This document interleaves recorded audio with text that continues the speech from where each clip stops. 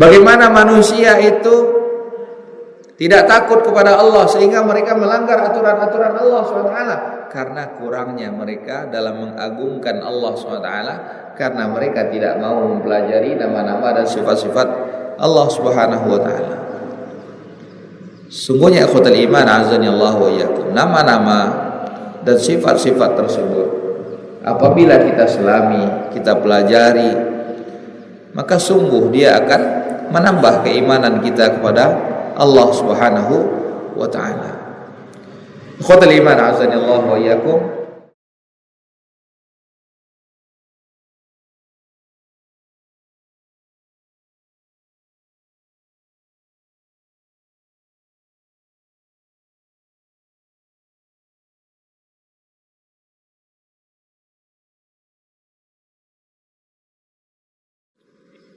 ikhwatul iman azani Allah wa iyyakum,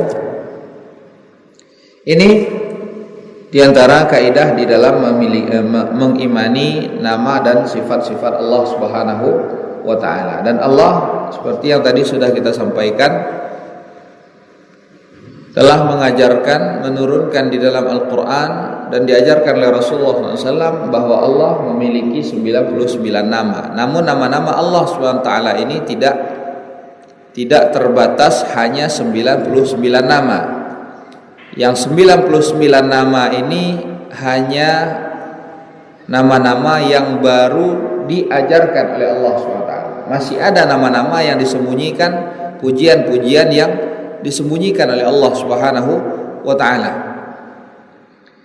Di antara dalil yang menunjukkan bahwa Allah Subhanahu wa taala memiliki nama-nama lain selain daripada 99 nama ini, di mana di dalam doa yang senantiasa dibaca oleh Rasulullah sallallahu alaihi wasallam di dalam salat malam beliau membaca Allahumma inni abduk wa banu abdika wa banu amatik madin fiyya hukmuk adlun fiyya qada'uk as'aluka bikulli ismin huwa lak sammaita bihi nafsak aw anzaltahu fi kitabik aw 'allamtahu ahadan min khalqik aw ista'tharta bihi fi 'ilmil ghaibi 'indak an taj'alal qur'ana rabi'a qalbi wa dhahaba hammi wa jalaa huzni. Ini diantara doa yang dibaca oleh Nabi sallallahu alaihi wasallam di dalam salat malam beliau, di mana beliau mengatakan Allahumma inni abduk, ya Allah sesungguhnya aku ini adalah hambamu dan anak dari hambamu pula, serta anak dari hamba perempuanmu. Hukummu adil, segala ketetapanmu pasti akan berlaku. Aku meminta kepada engkau dengan setiap nama yang engkau miliki, nama-nama yang engkau berikan nama untuk dirimu, nama-nama yang telah engkau sebutkan di dalam Al-Quran, nama-nama yang telah engkau ajarkan kepada salah seorang di antara hambamu, itu Rasulullah sallallahu alaihi wasallam. Begitu pula aku meminta kepadamu dengan setiap nama yang masih gaib, yang masih engkau sembunyikan di sisimu, yang belum engkau ajarkan, yang belum engkau turunkan.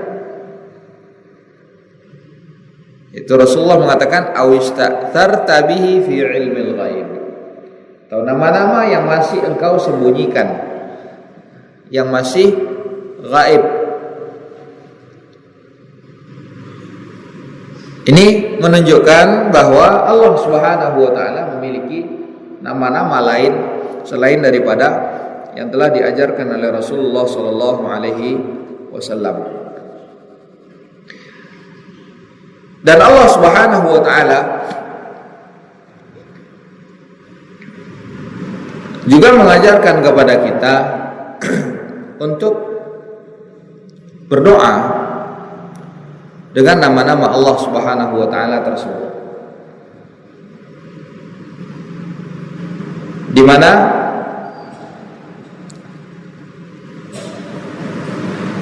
Allah Subhanahu wa taala berfirman, "Walillahil asmaul husna fad'uuhu biha."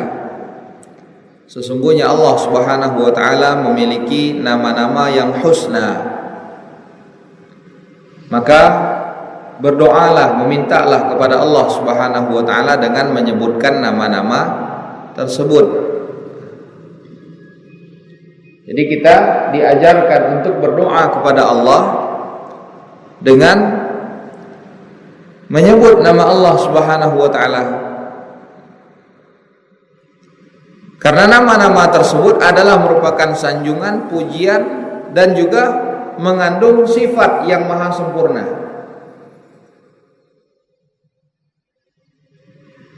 Dan diantara nama Allah Subhanahu wa taala Al-A'zam,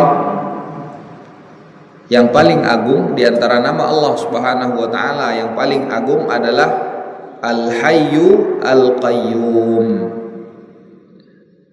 Nama ini sebagaimana dijelaskan bahwa adalah Ismullah Al-A'zam alladzi idza su'ila bihi a'ta wa idza du'iya bihi ajab. Ini adalah nama yang paling agung yang apabila Allah Subhanahu wa taala diminta dengan menyebutkan nama ini, maka Allah pasti akan berikan. Apabila Allah diseru, dipanggil, seorang hamba berdoa kepada Allah dengan nama tersebut, maka pasti akan dijawab oleh Allah Subhanahu wa taala. Makanya di antara doa yang diajarkan oleh Rasulullah sallallahu alaihi wasallam adalah Ya Hayyu Ya Qayyum bi rahmatika astaghith. Ya Hayyu Ya Qayyum bi rahmatika astaghith. Ini di antara doa yang diajarkan oleh Rasulullah sallallahu alaihi wasallam. Sebagaimana juga doa Dhinnun. Siapa itu Dhinnun? Nabi Yunus alaihi salam. Di antara doa yang juga dianjurkan oleh Rasulullah sallallahu alaihi wasallam adalah doa yang dibaca oleh Nabi Yunus alaihi salam, di mana di dalam doa yang diajarkan oleh Rasulullah sallallahu alaihi wasallam tersebut, doa Nabi Yunus, terkandung pentauhidan Allah Subhanahu wa taala, sanjungan terhadap Allah, kemudian i'tiraf, pengakuan dari seorang hamba akan kekurangannya, akan kekecilannya, akan kesalahan yang ada pada dirinya. Ini menunjukkan bahwa dalam etika kita di dalam berdoa itu adalah merendahkan diri di hadapan Allah SWT, mengakui segala kekurangan kita, segala keburukan kita, segala kezaliman yang kita lakukan, dan memuji Allah Subhanahu wa taala. Di mana Nabi Yunus alaihi salam, Allah berikan teguran kepada beliau ketika beliau dengan marah meninggalkan kaumnya, di mana beliau merasa tidak ada yang mau beriman dari kaumnya, tidak mau mentaati apa yang beliau serukan. Beliau pergi dalam kondisi marah. Kemudian Allah SWT berikan teguran kepada Nabi Yunus alaihissalam, di mana beliau ditelan oleh ikan paus, dan beliau berada di dalam perut ikan tersebut beberapa lama waktunya.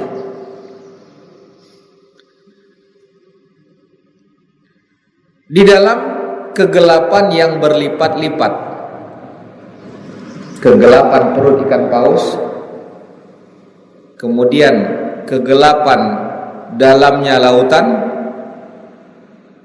ditambah lagi kegelapan malam yang gelap gulita.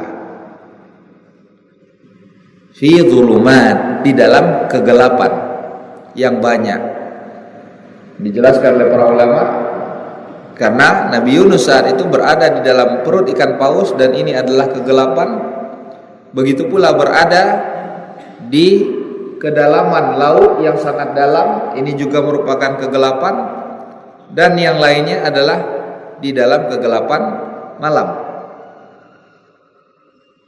Beliau berdoa kepada Allah Subhanahu wa taala, La ilaha illa anta subhanak inni kuntu minadh dhalimin.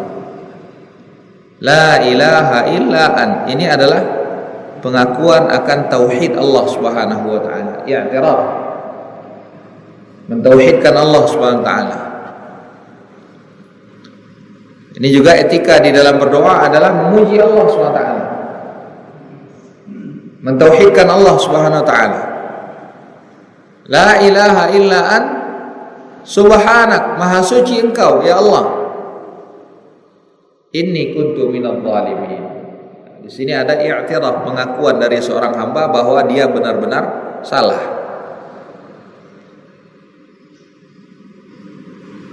Ini juga di antara nama yang diajarkan oleh Rasulullah sallallahu alaihi wasallam, atau etika dalam berdoa yang diajarkan oleh Rasulullah sallallahu alaihi wasallam.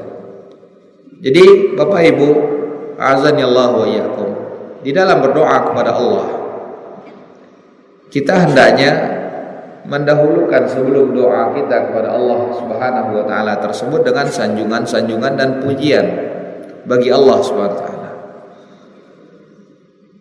Dan sebagaimana yang tadi disampaikan oleh Nabi sallallahu alaihi wasallam bahwa inna lillahi tis'atan wa tis'ina asma man ahsaha dakhalal jannah. Sungguhnya Allah Subhanahu wa taala memiliki 99 nama, siapa yang dapat menghafalnya, mempelajarinya, merenunginya, mentadaburinya, maka dia akan dimasukkan ke dalam surga. Maka 99 nama tersebut bukan hanya sebatas dilagu-lagukan. Itu tidak disyariatkan oleh Rasulullah SAW. Namun justru yang disyariatkan adalah menghafalnya, mempelajarinya, merenunginya, mentadaburinya. Justru itu yang akan menimbulkan kecintaan seorang hamba kepada Allah Subhanahu wa taala. Semakin dia menyelami nama-nama Allah Subhanahu wa taala, sifat-sifat yang dimiliki oleh Allah Subhanahu wa taala, maka akan tampak baginya betapa besar kasih sayang Allah Subhanahu wa taala terhadap hambanya. Akan tampak baginya betapa besarnya kekuasaan Allah Subhanahu wa taala, sehingga ini akan melahirkan kecintaan, begitu juga takut yang amat sangat besar terhadap Allah Subhanahu wa taala. Adapun mereka yang berpaling, tidak mau mempelajarinya, maka mereka tidak akan mengagungkan Allah Subhanahu wa taala sebagaimana orang-orang Yahudi dan orang-orang Nasrani. Wa ma qadarullah haqqa qadari. Sungguh mereka tidak mengagungkan Allah Subhanahu wa taala sebagaimana mestinya. Padahal kata Allah Subhanahu wa taala, langit nantinya itu akan, gulungan langit itu nantinya akan langit nanti akan berada di dalam genggaman Allah SWT. Begitu pula halnya dengan bumi, semuanya akan berada di dalam genggaman Allah SWT. Namun mereka sama sekali tidak mengagungkan Allah sebagaimana mestinya. Lihatlah bagaimana mereka mengatakan bahwa innallaha tsalitsu tsalatsa, Allah SWT adalah satu di antara tiga Tuhan. Bagaimana mereka mengatakan bahwa Al-Masih ibnu Maryam ibnullah, Masih ibnu Maryam, Nabi Isa alaihissalam adalah anak Allah. Bagaimana mereka mengatakan Uzair ibnullah, Uzair adalah anak Allah. Bagaimana mereka mengatakan bahwa yadullah maghlulah, tangan Allah SWT terbelenggu, padahal ghullat aydihim, tangan mereka lah sesungguhnya yang terbelenggu. Bagaimana manusia itu tidak takut kepada Allah sehingga mereka melanggar aturan-aturan Allah SWT karena kurangnya mereka dalam mengagungkan Allah SWT, karena mereka tidak mau mempelajari nama-nama dan sifat-sifat Allah Subhanahu wa taala. Sungguhnya ikhwatul iman azani Allah wa iyyakum, nama-nama dan sifat-sifat tersebut apabila kita selami, kita pelajari, maka sungguh dia akan menambah keimanan kita kepada Allah Subhanahu wa taala. Ikhwatul iman azani Allah wa iyyakum, ini baru muqaddimah dari surat Al-Fatihah. Kita belum mulai membahas dari surat Al-Fatihah ini. Insyaallah taala lanjutan dari surat Al-Fatihah ini akan kita lanjutkan pada pertemuan yang akan datang. Mudah-mudahan apa yang kita sampaikan ini dapat bermanfaat bagi kita semuanya. Ja'alallahu wa iyyakum mimman yastami'ul qawla fayattabi'u ahsanah. Wa sallallahu ala nabiyyina Muhammad wa ala alihi wa sahbihi wa sallam. Subhanakallahumma bihamdik asyhadu an la ilaha illa anta astaghfiruka wa atubu ilaik. Wassalamualaikum warahmatullahi wabarakatuh.